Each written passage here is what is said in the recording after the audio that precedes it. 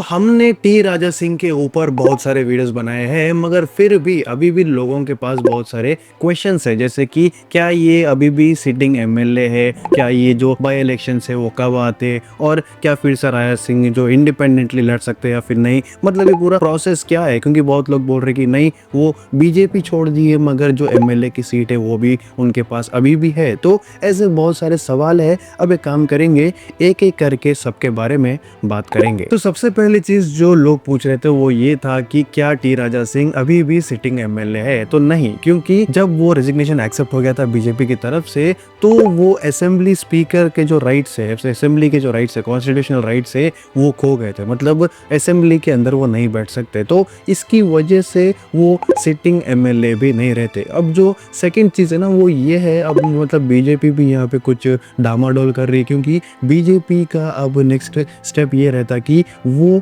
Assembly speaker को ये particular resignation accept करे, वो असेंबली स्पीकर को जाके देना पड़ता। तो वो जो असेंबली स्पीकर है वो पूरा मतलब जानकारी देख के पूरा वो प्रोसेस करके उसको एक्सेप्ट करता। वो एक्सेप्ट करे बाद जो नेक्स्ट क्वेश्चन है लोगों का वो ये था कि बाई इलेक्शंस कब आते। तो ये एक्सेप्टेंस के बाद ही वो होता क्या कि पर्टिकुलरली गोशामेल की जो सीट है वो वेकेंट हो जाती। मतलब वहाँ पे कोई भी एमएलए नहीं है, ऐसा एक क्लियर कट मतलब एक ग्रीन सिग्नल मिल जाता जब असेंबली का स्पीकर वो एक्सेप्ट करता। तो अब इसके बाद क्या होता, ये पर्टिकुलर बाई इलेक्शन स्टार्ट होते, क्योंकि वो जो पर्टिकुलर सीट है वो खाली है। तो जो बाई इलेक्शन है वो ऐसा बोला जा रहा है कि अक्टूबर या फिर नवंबर में होंगे, क्योंकि देखो जुबली हिल्स में भी बाई इलेक्शन स्टार्ट होने वाले हैं। अब और एक मतलब एक जो चर्चा है वो ये चल रही थी कि राजा सिंह जुबली हिल्स से लड़ेंगे, तो वो कहीं ना कहीं मतलब नहीं दिख रहा, क्योंकि पर्टिकुलर जो मसला है वो ये है कि बीजेपी इनको निकाल दी, ठीक है, राइट।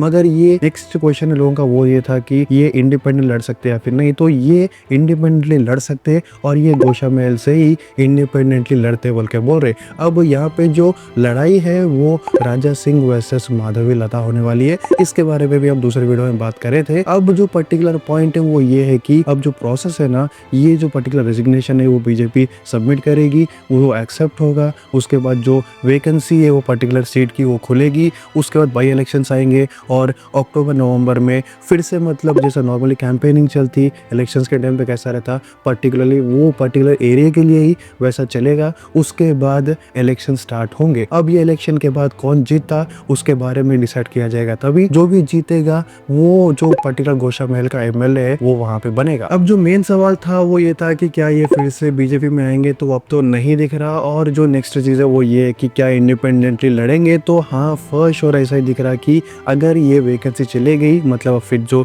करंटली एमएलए बोल के बोल रहे थे ना वो हट गए बाद, फिर से राजा सिंह इंडिपेंडेंटली गोशामेल से लड़ेंगे और एक नई पार्टी क्रिएट करेंगे, यही चर्चा है। सो ये थे कुछ फ्रीक्वेंट लोगों के क्वेश्चंस जिसके मतलब आंसर्स मैं दे चुका हूँ। अगर आपको इन पर्टिकुलर राजा सिंह के बारे में कुछ क्वेश्चन है तो कमेंट कर दीजिए, मैं नेक्स्ट वीडियो उसके ऊपर बना दूंगा। पर्टिकुलरली ये जो है कि मसला है कि बाई इलेक्शंस होंगे उसमें माधवी लता जीतेगी या फिर राजा सिंह, वो भी कमेंट करके बोलिए। और ऐसे वीडियोस अगर आपको और देखना है तो दो काम कीजिए, पहले लाइक कर दो और दूसरा जो चैनल है उसको सब्सक्राइब कर दो।